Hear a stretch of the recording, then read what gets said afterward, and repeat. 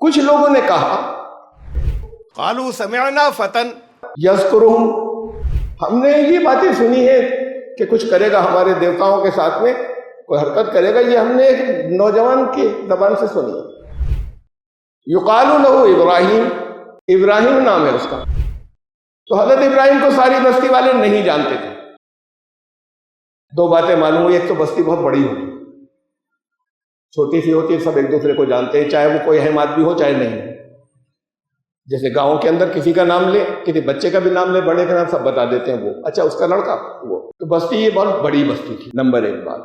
Number دو، اس stage پر حضرت ابراہیم دعوت جو جن لوگوں کو دیتے تھے وہ عام دعوت نہیں تھی، رسول نہیں تھے، وہ ان کی ڈیبیٹ اور ڈسکشن اپنی کمپنی میں ہوتے تھے، اپنے دوست احباب اور جاننے والے جہاں بیٹھ جاتے تھے وہاں یہ ڈسکشن کرتے تھے، کن کی پوجائیں کرتے تھے، اپنے گھر پہ کرتے تھے اور ان لوگوں میں کرتے تھے۔ تو یہ عام بات نہیں تھی۔ Subscribe the channel and press the bell icon to get an update. الحمدللہ الحمدللہ الذی له حمدا کثیرا کما امر واشهد ان لا الہ الا اللہ وحدہ لا شریک له واشهد ان سیدنا و نبینا و مولانا محمدا عبدہ و رسولہ۔ برادران کرام، سچے نبیوں کے سچے قصے اس سیریز میں پچھلے چند خطبوں میں حضرت نوح علیہ السلام کا قصہ مکمل ہوا، اور آپ کو معلوم ہے کہ یہ سیریز اس لیے شروع کی گئی ہے کہ جو مستند واقعات ہیں وہ آپ کے سامنے آ جائیں، اس لیے کہ نبیوں کے قصوں کے نام سے، یہ قصص الانبیاء کے نام سے بہت سی عربی میں بھی اور اردو میں بھی کتابیں ہیں، اور اس میں بہت اسرائیلیات ہیں، بہت سی چیزیں ایسی ہیں کہ جو عقلی ہونے میں کوئی بات نہیں درمیان میں غور کرنے کے بعد، لیکن عقل کے خلاف ہے، آپس میں ٹکراتی ہوئی ہے، بالکل دیومالائی طرح طرح کی چیزیں، اور پھر وہیں سے پڑھ کر بچوں کو سنائی جاتی ہیں کہانی۔ تو اس سیریز کا مقصد یہ ہے، درمیان میں کچھ اہم مباحث یا ڈسکشنز بھی ہیں، بنیادی کچھ اصول انبیاء کے بارے میں، وہ ایسے کہ جو پہلے عام طور سے نہیں آئے، اور واقعات کو ان کی صحیح ترتیب کے ساتھ میں اور صحت کے ساتھ میں، یا تو وہ حصے ہیں کہ جو قرآنی ہیں، یا وہ حصے ہیں احادیث کے جو قرآن سے کلیش نہیں کرتی، ٹکراتی نہیں ہیں، یا فل ان دی بلینکس بھی ہیں جہاں ایک لاجیکل لازمی نتیجہ نکلتا ہے، کہا گیا تو اس کا مطلب یہ ہے کہ درمیان میں یہ ہوا تھا، جو کامن سینس کی باتیں کچھ حصے جو فل ان دی بلینکس کے لیے ہو۔ آج حضرت ابراہیم علیہ السلام سے شروع کر رہے ہیں۔ حضرت نوح کی داستان جتنی جیسے بتائی گئی ہے وہ مکمل ہوئی۔ حضرت ابراہیم علیہ السلام انبیاء کے پورے سلسلے میں محمد رسول اللہ صلی اللہ علیہ وسلم سے پہلے جتنے رسول آئے تھے، رسول اور نبی، ان میں سب سے اہم ہے۔ انہوں نے تہذیبوں کی بنیاد رکھی، کلچرز کی، اسے ملت کہتے ہیں۔ تو وہ اتنے اہم رسول کہ رسول اللہ صلی اللہ علیہ وسلم سے کہا گیا کہ تمہیں بھی ملت ابراہیم کی پیروی کرنی، یعنی تم اصلاً اس کلچر کے اوپر ہو، اس تہذیب پر ہو جس تہذیب کی بنیاد حضرت ابراہیم علیہ السلام نے رکھی۔ حضرت ابراہیم علیہ السلام کے جتنے واقعات ہمیں قرآن سے ملتے ہیں، یا جیسے میں نے بتایا کچھ باتیں اس کے اندر کامن سینس کی ہیں، عقلی جو کڑیوں کو جوڑنے والی، جو کسی صحیح حدیث یا قرآن سے ٹکراتی نہیں ہے، اور لازمی نتیجہ ہے بعض باتوں کا کچھ ہو اس سے۔ حضرت ابراہیم علیہ السلام عراق کے علاقے، اس وقت اس کا نام ار تھا، وہاں پیدا ہوئے۔ پوری بستی ایسی تھی جیسی اور بہت سی دنیا کے اندر پرانی تہذیبیں، بہت سے دیوی دیوتاؤں کی، اور خاص طور سے فطرت کے مظاہر جو ہیں، چاند تارے سورج، جن کی پوجائیں وہ عام تھیں اس کے اندر۔ حضرت ابراہیم علیہ السلام غور و فکر کر کے بچپن ہی سے، اپنی نوجوانی ہی سے غور و فکر کر کے توحید پہ پہنچے تھے۔ یہ حصہ ہمیں رسول اللہ صلی اللہ علیہ وسلم کی زندگی میں بھی نہیں مل رہا۔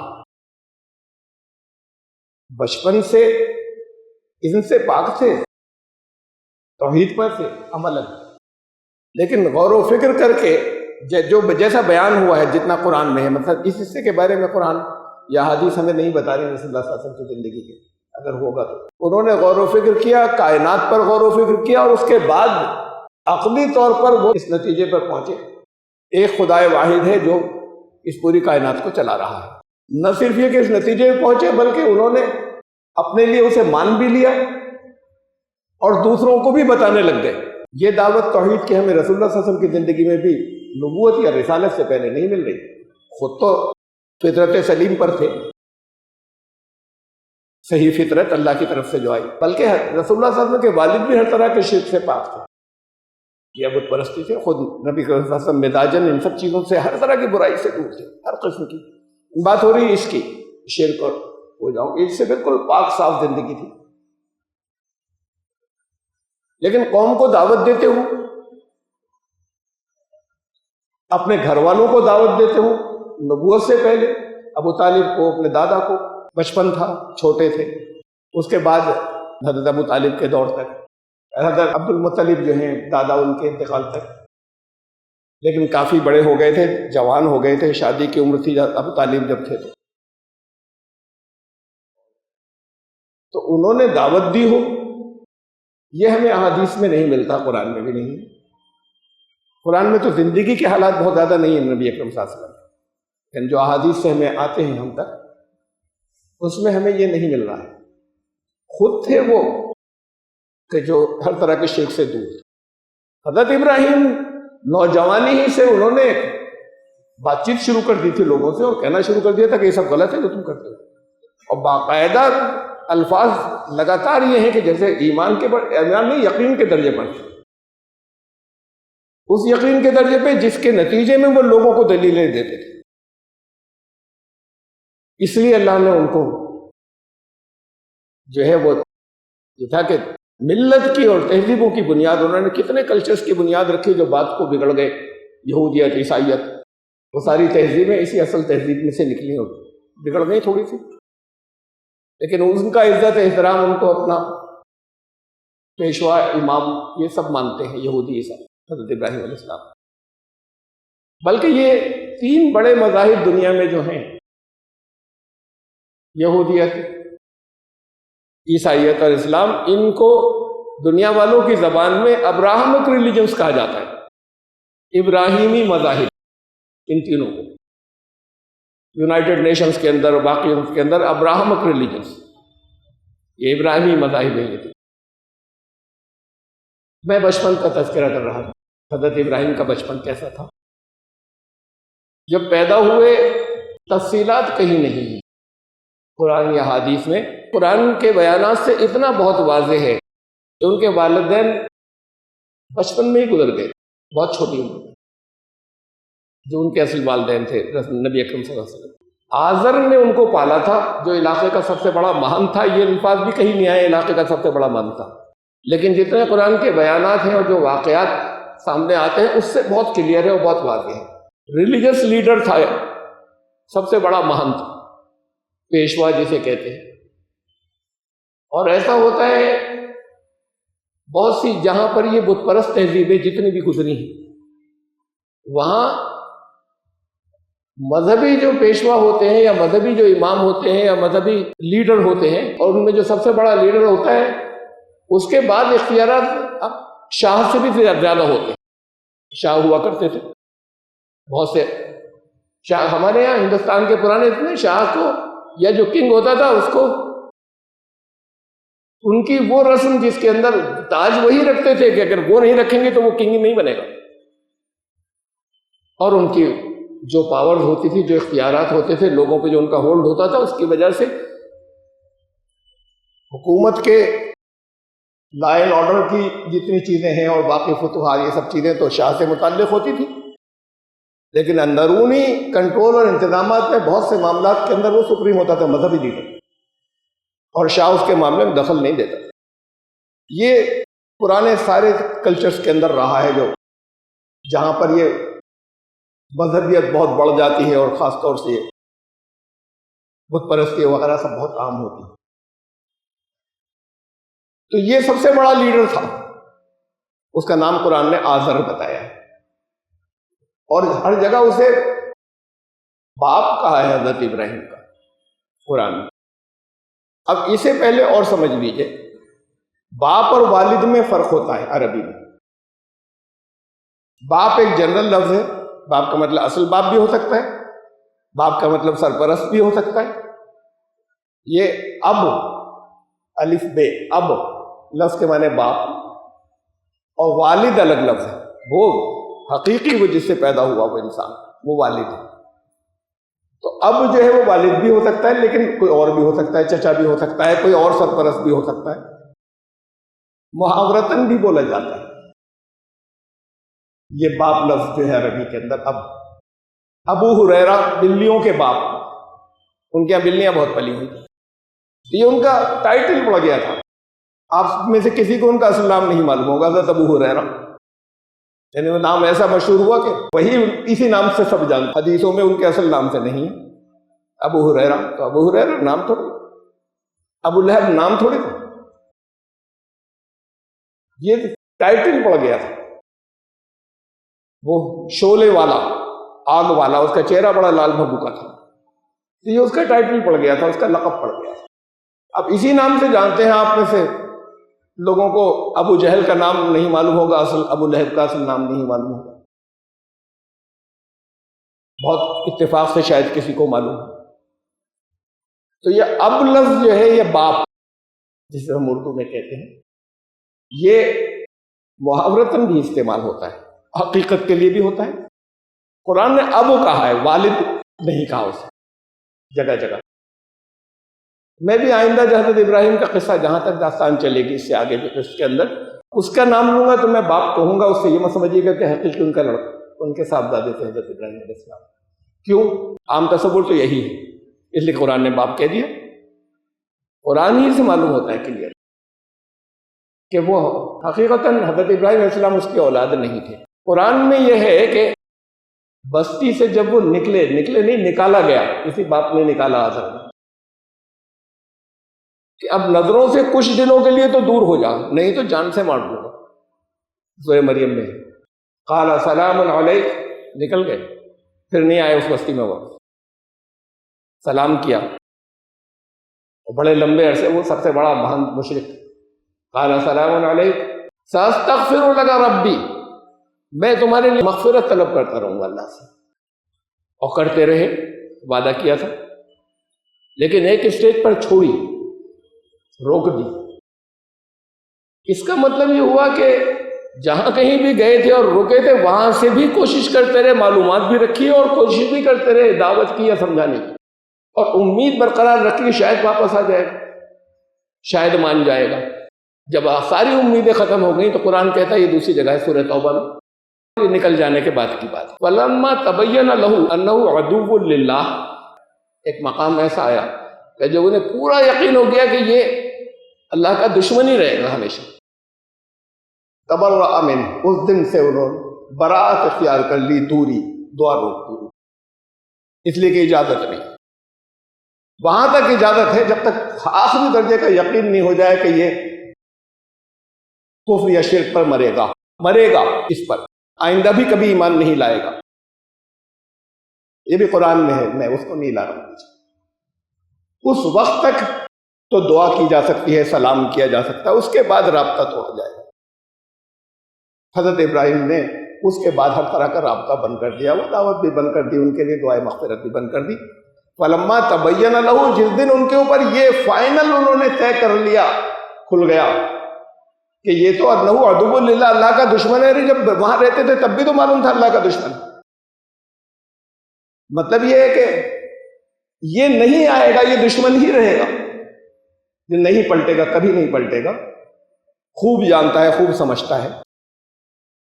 تو پھر انہوں نے رابطے سب کاٹ لیے، دعا بند کر دی،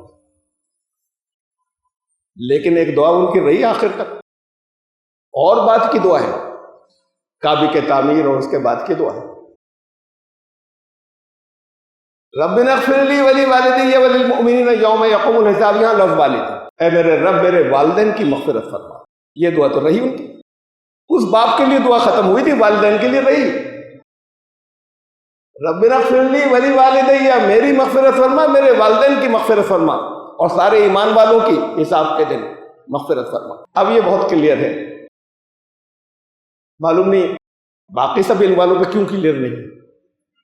قرآن سے بہت واضح ہے، وہ باپ نہیں، وہ اصلی والد نہیں، لیکن قرآن ہی کے بیان سے باقی جو تفصیلات ہیں یہ لاجیکل ریشنل بات نکلتی۔ محبت بہت کرتا تھا، پالا تھا، بچپن سے بڑے ہوئے تھے، جوان ہوئے تھے،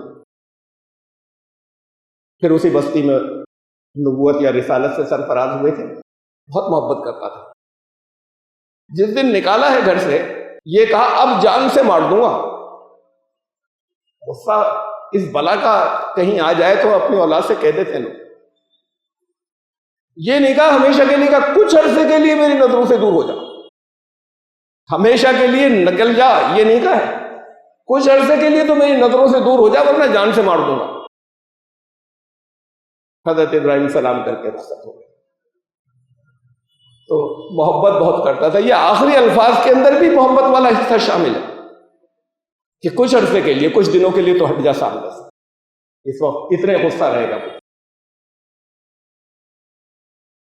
اس نے پالا تھا بستی کا بڑا اثردار انسان، جن کے معاملے میں شاہ بھی بعض معاملات میں دخل نہیں دے سکتا۔ شاہ کا نام روایات میں ہمیں ملتا ہے نمرود تھا۔ تو اب یہ نمرود جو تھا شاہ تھا، اور یہ بستی کا سب سے بڑا مہم تھا، سب سے بڑا مذہبی پیشوا یا لیڈر، حضرت ابراہیم جس کے گھر پلے تھے۔ ایک بڑی خاص بات ہے جو میں نے نوٹ کی ہے، رسول کتنے گزرے انقلابی، ان کو سب کو اللہ نے بڑے گھروں میں، اثردار گھروں میں پلوایا، یا پیدا کسی اثردار گھر میں ہوئے اور یا پلے کسی بہت با اثر گھر کے اندر، کوئی آسانی سے ہاتھ نہ ڈال سکے۔ بہت بات کی اسٹیج کے اوپر پھر ان کو ہجرت کا حکم ہوتا تھا یا چلے جاتے تھے، ورنہ شروع کے دنوں میں عام آدمی ہو تو لنچنگ کر دے۔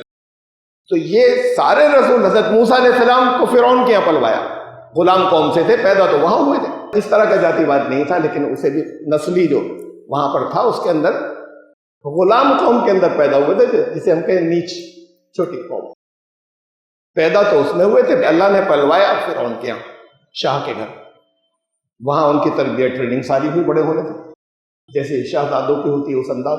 تو سب رسولوں کا معاملہ یہ ہے کہ پبلک آسانی سے ہاتھ نہیں ڈالتی تھی۔ خود نبی اکرم صلی اللہ علیہ وسلم گھرانہ غریب تھا لیکن سردار تھے قریش کے، اور قریش سب سے اونچا، سب سے معزز، سب سے ریسپیکٹیبل ٹرائب یا قبیلہ مانا جاتا تھا، اس کے سردار تھے عبد المطلب اور پھر ابو طالب۔ تو پھر ان کے اوپر ہاتھ نہیں ڈالا جاتا۔ بہت کبھی کبھی کچھ واقعات ایسے گزرے ہیں، وہ تو طائف میں جو کچھ ہوا تو ہوا تھا، دوسری بستی میں، لیکن مکے میں باقی سب پہ بے پناہ ظلم و ستم ہوتا تھا، اور جو بھڑکارے ان کے اوپر ایک دو زیادتیوں کے ملتے ہیں، اور اس پر بھی وہ انہوں نے کچھ کیا، کسی حمایتی کوئی پہنچا تو بیک آؤٹ کر جاتے تھے جذبات میں، کبھی ایک دو تین مرتبہ زیادتیاں ہوئی اور فوراً بیک آؤٹ کر لیتے تھے جب وارننگ دی جاتی تھی۔ تو سارے رسول جو ہے وہ ایسے گھرانوں میں پلے کہ ان کو نیچرل وقت ملے، نیچرل پروٹیکشن کا، حفاظت کا، اور کام کر سکے۔ حضرت ابراہیم کو اس گھر کے اندر پلوایا جو بہت اثردار گھر تھا۔ اب حضرت ابراہیم علیہ السلام کا میں نے بتایا نا کہ بچپن سے یا جب ذرا سا سوچنے سمجھنے کے قابل ہوئے، تبھی سے ان کے ذہن میں ڈیبیٹ شروع ہو گئی تھی کہ یہ کیا ہے جنہیں اپنے ہاتھ سے بنایا، سب لوگ ان کو اپنا خدا مان رہے ہیں، سب ان کی پوجائیں کر رہے ہیں، اور سب لوگ الگ الگ کی کر رہے ہیں۔ بھائی بت خانہ جس میں انہوں نے بت توڑے تھے، اگر ایک ہی کوئی دیوتا ہوتا تو اسی کی مورتی ہوتی نا، یہ بہت سی کیوں تھی؟ یہ تو الگ الگ، آپ کے یہاں پر بھی بہت سے مندر ایسے ہوتے ہیں جس میں بڑی مورتی تو کسی ایک کی ہوتی ہے، لیکن چھوٹی چھوٹی پھر بہت سے اور دیوی دیوتاؤں کی ہوتی۔ تو بہت سے دیوی دیوتاؤں کا تصور وہاں پر چل رہا۔ ان کی یہ داستان مینٹل ایوولوشن کی ہے، ذہنی ارتقاء کے قرآن نے چند آیات کے اندر بیان کی، بہت تھوڑی سی، اور یہ معلوم ہے کہ اس وقت نبی نہیں تھے، یہ بھی درمیان میں واضح ہو گیا قرآن ہی کے بیان کے اندر۔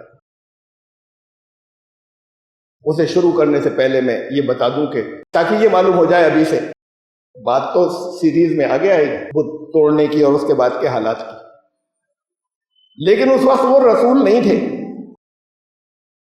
اس لیے کہ جب انہوں نے وہ بت توڑے، لوگ سارے آئے بستی کے، لوگوں میں باتیں کس نے کی آئی؟ کچھ لوگوں نے کہا، فتن لفظ ہے وہاں. ایک نوجوان ہے، ایک یوتھ ہے، قالوا سمعنا فتن، یذکرہم، ہم نے یہ باتیں سنی ہے کہ کچھ کرے گا ہمارے دیوتاؤں کے ساتھ میں، کوئی حرکت کرے گا، یہ ہم نے ایک نوجوان کی زبان سے سنی ہے. یقال لہ ابراہیم، ابراہیم نام ہے اس کا. تو حضرت ابراہیم کو ساری بستی والے نہیں جانتے تھے. دو باتیں معلوم ہوئی، ایک تو بستی بہت بڑی ہوتی، چھوٹی سی ہوتی ہے، سب ایک دوسرے کو جانتے ہیں، چاہے وہ کوئی اہم آدمی ہو چاہے نہیں. جیسے گاؤں کے اندر کسی کا نام لے، کسی بچے کا بھی نام لے، بڑے کا نام سب بتا دیتے ہیں، وہ اچھا اس کا لڑکا وہ. تو بستی یہ بہت بڑی بستی تھی، نمبر ایک بات. نمبر دو، اس اسٹیج پر حضرت ابراہیم دعوت جو جن لوگوں کو دیتے تھے وہ عام دعوت نہیں تھی، رسول نہیں تھے.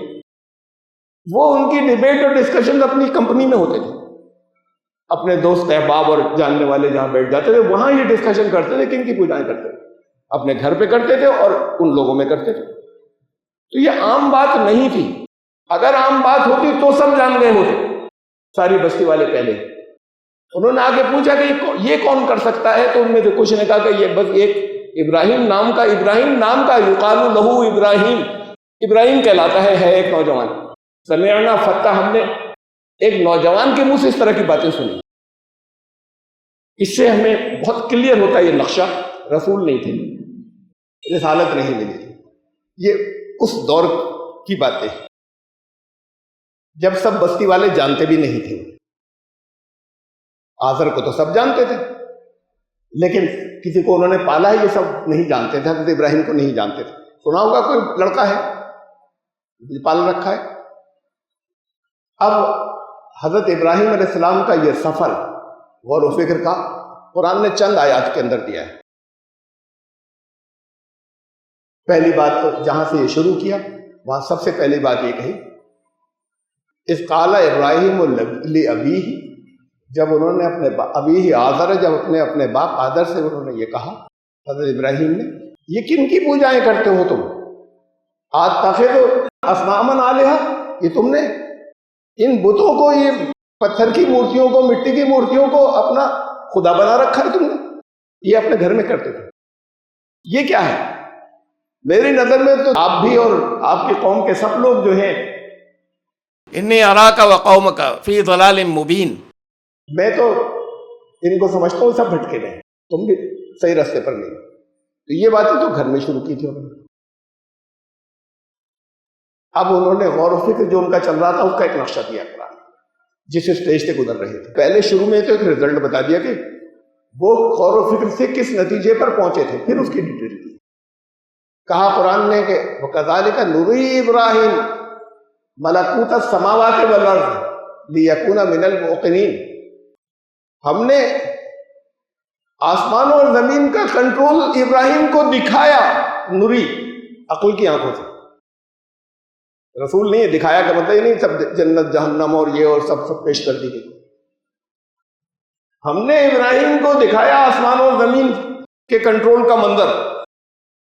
تفصیل ہے اس کی آگے، تاکہ وہ یقین کے درجے پر پہنچ جائے. اس سے پہلے کہ ابھی رسالت ملی نوجوان، اس لیے دکھایا. یعنی وہ خود اب تدبر کر رہے ہیں، غور و فکر کر رہے ہیں، سوچتے رہتے تھے کیا ہو رہا ہے، غلط ہے تو پھر صحیح کیا ہے. صرف غلط ہے کہہ دینا کہ انہیں کیسے پوج لو، تو پھر صحیح کیا ہے. پھر اگلا سوال یہ پیدا ہوتا ہے، کوئی شرک سے پرہیز کرے کہ بھائی یہ تو ان کی تو پوجا نہیں ہوگی، بیکار بات ہے. اور اس کے بعد وہ لوگ بھی ہیں کہ جو کسی خدا کو نہیں مانتے، اس کو بھی نہیں مانتے، ان مورتیوں کو بھی. اس کے بعد اگلا سوال یہ کہ پھر حق کیا ہے، اس کی تلاش تھی. تو جن کی وہ پوجائیں کرتے رہتے تھے، قرآن نے کہا ہے جیسے تاروں اور چاند اور سورج کا ذکر کیا. فلما جن علیہ اللیل، جب رات آئی، راہ کوکبر نے ایک تارا دیکھا بڑا چمک رہا تھا، اور بھی تارے تھے، ایک زیادہ چمک رہا تھا. ہادہ ربی، یہ میرا رب ہوگا. پھر ڈوب گیا. لا یحب قال لا یحب الافلین، یہ ڈوبنے والے ڈوب گیا. یہ تو اب یہ بڑا چمک رہا تھا، ہلکا ہوتا چلا گیا، فیڈ ہوتا چلا گیا اور غائب ہو گیا. اب یہ ان کے نوجوانی کے دنوں کی بات ہے. اس وقت یہ سارا کوئی سائنٹیفک نظام نہیں سمجھ رہے کہ گردش کا اس کا اس کا ہے ادھر. وہ تو بات تو ڈوبنے کی تھی، ڈوبنے والے میرے رب نے. میرا رب ہوتا تو باقی رہتا، باقی غائب ہو جاتے. پھر چاند آیا، رال قمر بازغا، بڑا روشن تھا. ان سب کے مقابلے میں وہ جو بہت زیادہ چمکنے والا تارا تھا اس سے زیادہ. ہادہ ربی، یہ ہے میرا رب. وہ بھی ڈوب گیا. کہنے لگے اگر میرا رب اگر مجھے صحیح رہنمائی نہیں کرتا تو میں تو واقعی بھٹک جاتا. اب یہ ذہن میں ہے رب وہ ہے جو سب کو پال رہا ہے، اس لیے کہ یہی بات انہوں نے بستی سے کہی تھی، اس کی بات کرو جو سب کو چلا رہا ہے. تم خالی ان کی کرتے ہو جیسے پرسنل گاڈس، تمہارے اپنے دیوی، تمہاری دیوتا تمہارا انتظام کرتے ہیں، تمہیں کچھ دیتے ہیں، تمہارا کچھ کر دیتے ہیں، تمہاری دعائیں قبول کر لیتے ہیں. ارے سب جو نظر آ رہے ہیں، جانور ہیں، کیڑے مکوڑے ہیں، دوسری اور پتہ نہیں کیا کیا ہے دنیا کے اندر، ان سب کو جو پال رہا ہے اس کے بارے میں کیا سوچتے ہو؟ ما ظنکم لرب العالمین، اس کے بارے میں کیا خیال ہے تمہارا؟ تو اب اس کا تو کوئی جواب ان کے پاس نہیں تھا. یہ ہمارے یہاں بھی پرسنل گاڈ ہوتے ہیں. میرا یہ ہے، ایک ہی گھر کے اندر میرا یہ ہے، یہ ان کا دیوتا، وہ ان کا دیوتا، ایک ہی گھر کے اندر دو الگ الگ. یہ کہلاتے ہیں پرسنل گاڈس. میرا، سب کا نہیں. سب کا تو ان میں سے کوئی بھی نہیں ہے جتنوں کی پوجائیں ہوتی ہیں. سب کا کوئی نہیں. نارتھ کے الگ ہیں، شمالی ہند کے، ساؤتھ کے الگ ہیں، جنوبی ہند کے، ہر جگہ کے. یہ پرسنل گاڈس کہلاتے ہیں. تو حضرت ابراہیم نے کہا ان پرسنل گاڈس کو چھوڑو، ذاتی خداؤں کو، تمہارے خدا جو تم نے بنا رکھے ہیں اور وہ میں دیکھ رہا ہوں کہ تم نے اپنے ہاتھ سے بنائے ہیں اور تمہارے اپنے تصورات ہیں، جو سب کو چلا رہا ہے، سب کو کنٹرول کر رہا ہے اور سب کو باقی رکھے ہوئے سب کو پالتا ہے، اس کے بارے میں کیا خیال ہے تمہارا؟ تو اس کو وہ اپنا رب کہتے تھے. ضروری نہیں کہ رب یہ عربی زبان، قرآن عربی میں ہے، اپنی زبان میں اس کہتے تھے اسے. اس رب کی بات کرتا ہوں میں. میرا رب اگر مجھے صحیح میرے رہنمائی نہیں کرتا کوئی ہے تو پھر میں تو ضرور بھٹک جاتا. ہمارے یہاں 2-3 طرح کے گروپ ہیں ماڈرن خدا کے عقیدے کے معاملے میں. تو مذہبی لوگ ہیں، وہ کہتے ہیں خدا ہے، الگ الگ نام رکھتے ہیں اس کے، الگ الگ مذہبوں کے اندر وہ کہتے ہیں خدا ہے، اس نے سب کچھ بنایا. اور دوسرے بھی پھر ریشنلسٹ فلاسفرز ہیں درمیان میں. پھر تیسری بات میں سائنٹسٹ کی کروں. ان سائنٹسٹ اور ان کے بیچ میں خدا کا نام نہیں لیتے، یہاں آ کر رک جاتے ہیں. بس کہتے ہیں یہ انٹیلیجنٹ ڈیزائن ہے یہ سارا کائنات کا، بڑی اس کے اندر ذہانت ہے، اس سے آگے نہیں چلتے، نام نہیں لیتے کسی جگہ. اور ان کی ڈیبیٹ ہوتی ہے ان لوگوں سے جو انکار کرنے والے ہیں. لیکن یہ اس جگہ رک جاتے ہیں کہ ڈیزائن اگر کوئی ہے تو ڈیزائنر کون ہے؟ یہ انٹیلیجنٹ ڈیزائن، یہ بڑا ذہانت بھرا جو ایک ڈیزائن ہے، اس کا ڈیزائنر کون ہے؟ یہاں اس کی بات نہیں کرتے آگے. یہ کائنات میں ہے انٹیلیجنس، یا بعض میں ایسی الگ سے نام رکھا ہے انٹیلیجنٹ ڈیزائنر، بات ختم. اب یہ تیسرا گروپ جو اکثریت کا، سب کو نہیں، سائنٹسٹ. نیوٹن خدا کو مانتا تھا واضح طور پر، بلکہ شاید آپ کو نہیں معلوم ہوگا. ایک بڑی دلچسپ بات اس کے بارے میں، دلچسپ سے مطلب ایک اہم اطلاع اس کے بارے میں. بہت بڑا سائنٹسٹ تھا جس نے بنیاد رکھی modern science, father of the modern sciences, بابائے جدید سائنس کہلاتا ہے. اور بے پناہ اس نے مختلف مضامین کے اوپر جو کچھ لکھتا تھا کرتا تھا.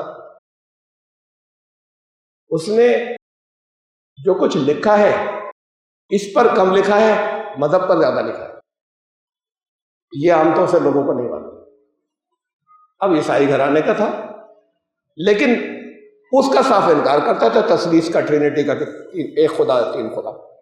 ایک خدا ہے اس کے کنٹرول میں سے، ٹرینٹی کا مخالف تھا. تو اس نے بہت کچھ لکھا ہے.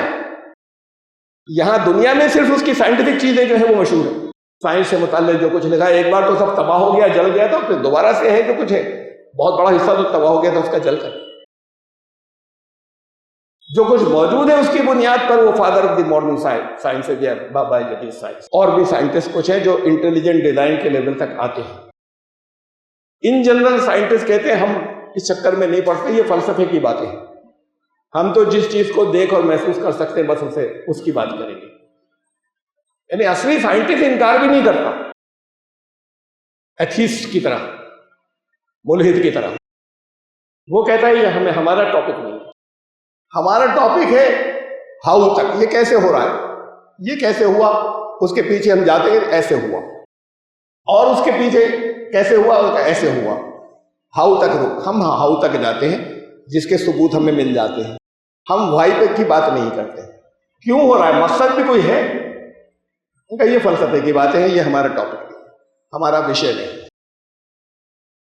سائنس کا وشے نہیں، تو فلسفے کا وشے ہے، فلسفی درشن کا، کہ کیوں ہو رہا ہے کوئی مقصد۔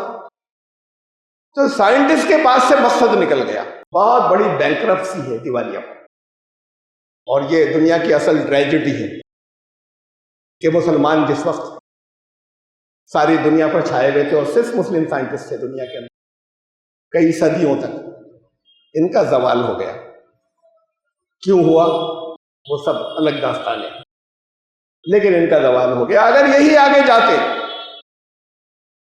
تو پھر یہ نہیں ہوتا، اور اس دنیا آج سے بہت آگے ہوتی، بہت آگے ہوتی جتنی آج ہے، اس لیے کہ وہ خدا کو مانتے تھے، اور اس کے بعد انہوں نے ایک سائنٹسٹ نے بہت سی الگ الگ سبجیکٹ اور ایشوز کے اوپر جو ہے وہ ان کا مہارت حاصل کی۔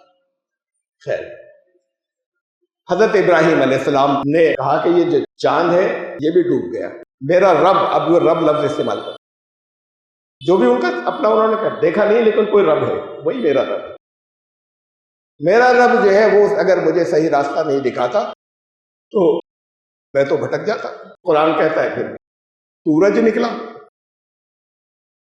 رأى الشمس بازغۃ، جب انہوں نے اور روشن سورج دیکھا تو کہا ھذا ربی ھذا اکبر، یہ تو سب سے بڑا ہے، یہی رب ہے میرا۔ تو فلما افلت، وہ بھی جب ڈوب گیا تو انہوں نے کہا اے میری قوم کے لوگوں، میں جتنے تم شرک کرتے ہو میں اس سب سے بیزار ہوں۔ یہ ان کا سفر تھا، یہ اسٹیج تھی۔ اب ذرا سا غور کر لیجیے، یہ کہانی تو ایسی سنائی جاتی ہے اس قرآن میں ایسے ہی، لیکن قرآن بہت مرتبہ میں نے واضح کیا اور بہت سی جگہوں کی مثالیں دے کر واضح کیا، قرآن ایک بہت اونچے درجے کا ایک لٹریری ماسٹر پیس ہے، ایک ادبی کلام ہے۔ یہ بڑی بچکانہ بات ہے۔ جب انہوں نے تارے کو دیکھا ڈوب گیا، ڈوبنے والے میرے رب نہیں ہوں گے، تو چاند کو جب دیکھا تب بھی تو انہیں معلوم تھا کہ ڈوب جائے گا، روز دیکھتے تھے نا، کہا یہ ڈوب گیا، میرے رب اگر مجھے ہدایت نہیں کرتا تو میں تو بھٹک جاتا۔ سورج کو دیکھا، یہ سب سے بڑا ہے، میرا رب ہے، معلوم تھا کہ شام کو ڈوب جائے گا، چھوٹے چھوٹے سے بچوں کو معلوم ہے، بہت ننھے ننھے بچوں کو، پھر کیوں کہا یہ سب سے بڑا ہے میرا رب؟ اور پھر جب ڈوب گیا تو کہا میں قوم کے لوگوں میں بیدار ہوں تمہاری شکل۔ ان کا مینٹل ایوولوشن قرآن بتا رہا ہے، مذہب ارتقاء یہ ایک دن کی داستان نہیں ہے، ایک دن اور دوسرے دن اور تیسرے دن کی، سب کی یکساں ملا کر ہے۔ یہ ان کی ذہنی ترقی کا سفر قرآن بتا رہا ہے کہ تارے اور چاند اور سورج ان سب پہ غور کر کے کہہ رہے ہیں کہ یہ رب نہیں ہو سکتے کسی کے کنٹرول میں ہے، میرا رب تو وہ ہے جو ان سب کا کنٹرول ہے۔ تو یہ ایک تمثیلی ایلیگوریکل لینگویج کہلاتی ہے۔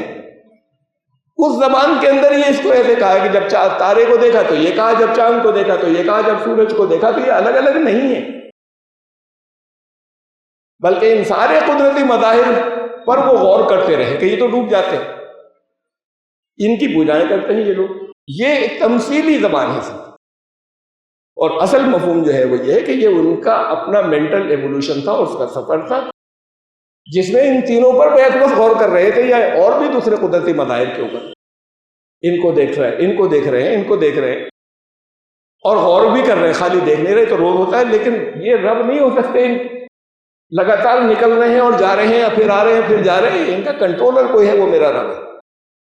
اور بھی تو بہت کچھ ہے، ان سب کو کوئی کنٹرول کر رہا ہے، وہ میرا رب ہے۔ اس کو کہا قرآن نے ان آیات کو شروع کرنے سے پہلے، رزلٹ پہلے بتایا تھا، ایسے ہم نے آسمان اور زمین کا کنٹرول جو ہے ابراہیم کو دکھا دیا، مشاہدہ کرا دیا، آبزرویشن سے وہ اس نتیجے پر پہنچ گئے، ملکوت السماوات والارض نتیجے ہی پر نہیں پہنچے، ولیکون من الموقنین، یقین کی حد تک پہنچ گئے، یقین کے درجے پہ فائد ہو گئے۔ یقین تو ہمارے اور آپ کے اندر نہیں ہے، ایمان ہے، یقین نہیں۔ یہ یقین کچھ اور ہوتا ہے، اس سے بہت آگے کا درجہ ہوتا ہے ایمان سے۔ ایمان تو زبان سے کہنے کی بات ہے، کسی نے دیکھا تھوڑی ہے، اندر یقین وہ ہوتا ہے، اس کے خلاف تو کیا ہی نہیں جاتا کبھی کچھ۔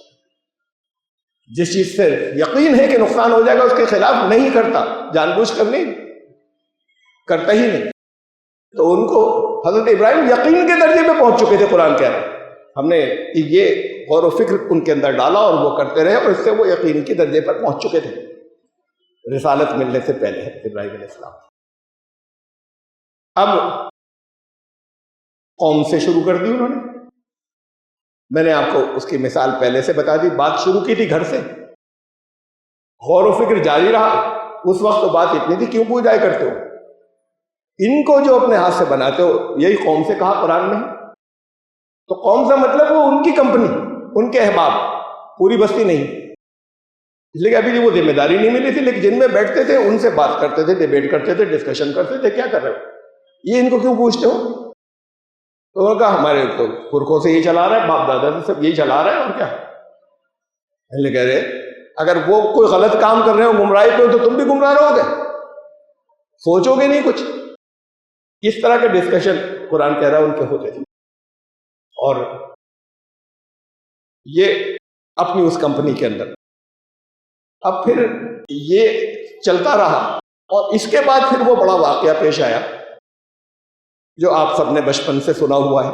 ایک دن سب لوگ میلے میں گئے ہوئے تھے، بستی والے، نظرۃ فی النجوم، حضرت ابراہیم نے تاروں کی طرف دیکھا پہلے وہ اٹھا کر۔ یہ بڑی عجیب بات ہے، یہ الفاظ جو آئے ہیں بیچ میں، جب وہ جا رہے تھے، چلنا ہے تمہیں بھی، سب کو جانا ہے۔ وقال انی سقیم، اور کہا میری تو آج کچھ طبیعت ٹھیک نہیں، آئی ایم سک، میری آج کچھ طبیعت ٹھیک نہیں۔ تاروں کی طرف دیکھا، میں شاید کہہ رہا ہوں، کہیں وضاحت نہیں۔ یہ لوگ سب اس کی پوجائیں کرتے تھے، شاید وہ بستی کا تعلق جو ہے وہ اس سے رہا ہو، ان دیوتاؤں سے جن کے اندر کی وہ جو میلہ تھا، یا مذہبی میلہ، مذہبی میلے کمرشل میلے بن جایا کرتے ہیں، دکانیں اور یہ اور سب، اور ناچ و گانے سب ہوتے ہیں، نام ہوتا ہے مذہبی کا، یہ فلاں میلہ ہے۔ اور اس کے بعد کہنے لگے آج طبیعت ٹھیک نہیں ہے میری، آگے تو بات کو بڑھوں گا میں، اور اگلی دفعہ خطبہ اس پر ہوگا، بڑی اہم بات ہے۔ ہمارے یہاں قرآن میں لکھا ہے کہ انہوں نے کہا کہ میں طبیعت ٹھیک نہیں ہے میری، لوگ چلے گئے تو بت توڑے انہوں نے، تفصیل بات کو۔ ہمارے یہاں کہا جاتا ہے یہ جھوٹ بولا تھا۔ ارے کہیں لکھا ہے جھوٹ بولا تھا؟ کہیں قرآن میں ہے کہ یہ جھوٹ بول رہے تھے؟ ہوگی طبیعت ٹھیک نہیں ہوگی، کیوں مان لیا کہ انہوں نے جھوٹ بولا تھا؟ لفظ جھوٹ بول لفظ میں استعمال کرو، اگلی دفعہ اس کی وضاحت کروں گا کہ اب اس کی لیپا پوتی کرتے کہ جھوٹ نہیں توڑیا تھا۔ یہ توڑیا کیا ہوتا ہے یہ سب اگلی مرتبہ۔ ان سے جن کے بارے میں قرآن نے کہہ دیا کہ سچے رسول تھے، انہ کان صدیقا نبیّا، سچے تھے، صدیق، سچ کی بہت آگے کی اسٹیج ہے یہ۔ وہ یہ جھوٹ بولا تھا، طبیعت خراب ہے، استغفر اللہ۔ ان سے جو کسی سے نہیں ڈر رہے، کسی اسٹیج کے اوپر کیوں جھوٹ بولیں گے؟ نہیں جاتا، کوئی اور بات۔ پھر یہ کیوں مان لیا جب انہوں نے کہا تھا کہ اس لیے نہیں گئے تھے، وہ بھی طبیعت خراب، اور ایک اور بات ہے، یہ محاورے میں ہی بولا جاتا ہے، انگریزی میں بولا جاتا ہے آئی ایم سک آف یور ایٹیچیوڈ۔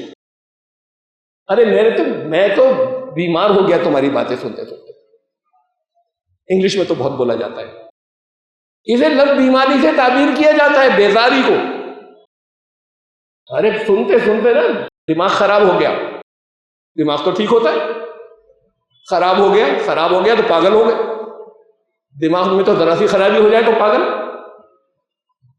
ارے ایسی باتیں کرتے پیٹ میں درد ہو گیا. یہ محاورے میں بھی بولا جاتا ہے. ہو سکتا ہے محاورتاً کہو ارے یہ تمہارے تاروں واروں سے نا اوب گیا, میں تو سکھ ہو گیا, بیمار ہو گیا. سچ مچ بیمار نہ ہو یہ بھی ہو تو پھر اس انداز میں کہا ہوگا. نہیں دونوں ہوئے. اب کہا جا رہا ہے جھوٹ بولا تھا. حضرت ابراہیم نے زندگی میں 3 جھوٹ بولے. استغفر اللہ. رسول اللہ صلی اللہ علیہ وسلم کی زبان سے کہلوایا جا رہا ہے, اور کوئی کہہ دیتا تو مار کے نا زندہ گاڑ دیں. لیکن اب جب نام حضور کہا جائے گا, نبی کریم صلی اللہ علیہ وسلم نے یہ فرمایا, اب تو پھر سب کہیں گے ہاں سچ میں 3 بات تو جھوٹ بول دیا تھا, اس لیے کہ انہوں نے کہا. تو یہ جتنی جھوٹی باتیں ان کی طرف منسوب کی جاتی ہیں تاکہ کوئی بول نہ سکے, سوال نہیں اٹھا سکے ان کے نام, حضور صلی اللہ علیہ وسلم کے نام پر. اگر حضور صلی اللہ علیہ وسلم نے کہا ہو تو میری ہمت, میری جرت, میرا تو ایمان جاتا رہے گا اگر میں اس کے خلاف کچھ کہوں گا.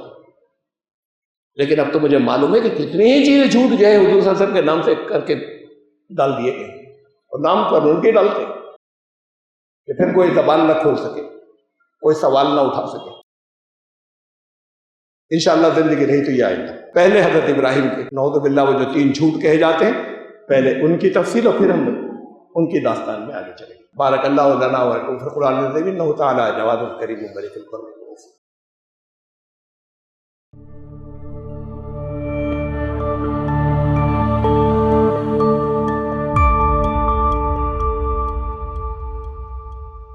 Subscribe the channel and press the bell icon to get an update.